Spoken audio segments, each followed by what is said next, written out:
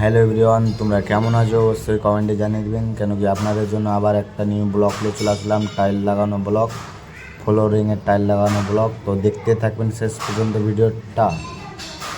তো দেখতে পাচ্ছেন আমরা শুরু করেছি। প্রথমে কিন্তু সাইডের চারো সাইড মুছে নেবেন টাইলের, তাছাড়া থাপিতে একটু লেভেল করে দেবেন যেগুলো উঠে যাবে একটু।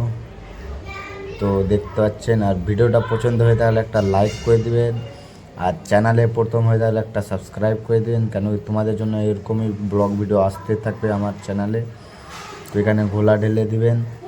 তো ঘোলা ডানার পর কিন্তু তোমাদের শিক্ষার জন্য কিন্তু আমি ভিডিওটা নিয়ে এসেছি, কিছু শিখতে পারবেন এবং কি। তো দেখতে থাকেন শেষ পর্যন্ত ভিডিওটা। তো প্রথমে এখানে ঘোলা ঢেলে দিলাম, ঢালার পরে একটু থাপিতে কেটে নেবেন। তো এইভাবে কিন্তু কেটে নেবেন থাপিতে, সেদিনে ঘোলাটা একটু ভিতরে যায় তো শক্ত হয় জিনিস মাচানটা।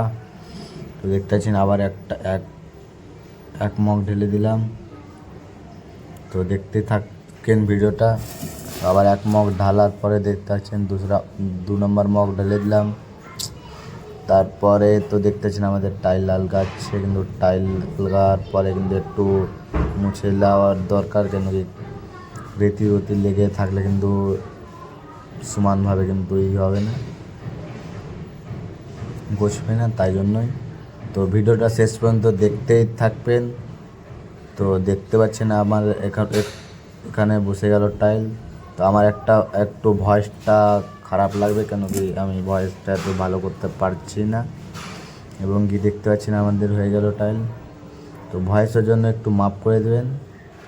তো ভয়েসটা একটু খারাপ হচ্ছে, কি বলবো আর। তো দেখতে পাচ্ছেন টাইল আরম্ভ হয়ে গেল, আমাদের লেগে গেল। এইভাবে টাইলটা লাগাবেন। তার সাথে এখানে কিন্তু প্লাস্টিকের আমাদের হাতুড়ি ইউজ করা হয়েছিল। তো কেউ কিন্তু ভুল কাজ করবেন না, লোহার হাতুড়ি নিয়ে ঠুকবেন না, কিন্তু আপনার টাইলটা কিন্তু সর্বনাশ হয়ে যাবে। তো পরে কোন কমেন্টে বলবেন না কি ভাই তোমার ভিডিও দেখে কিন্তু টাইল লাগাতে যে কিন্তু আমার টাইলটা নষ্ট হয়ে গেছে এবং কি ভেঙে গেছে, সেটা বলবেন না। তো তারপর তোমাদেরকে এখানে দেখাবো কি আমরা কিসে মাল বানিয়েছিলাম। দেখতে পাচ্ছেন মাল বানানো ফুল হাফ বানিয়ে নিয়েছিলাম। আর ভিডিওটা পর্যন্ত হয়ে থাকলে একটা লাইক করে দিবেন, আর চ্যানেলে প্রথমে তাহলে একটা সাবস্ক্রাইব করে দেবেন।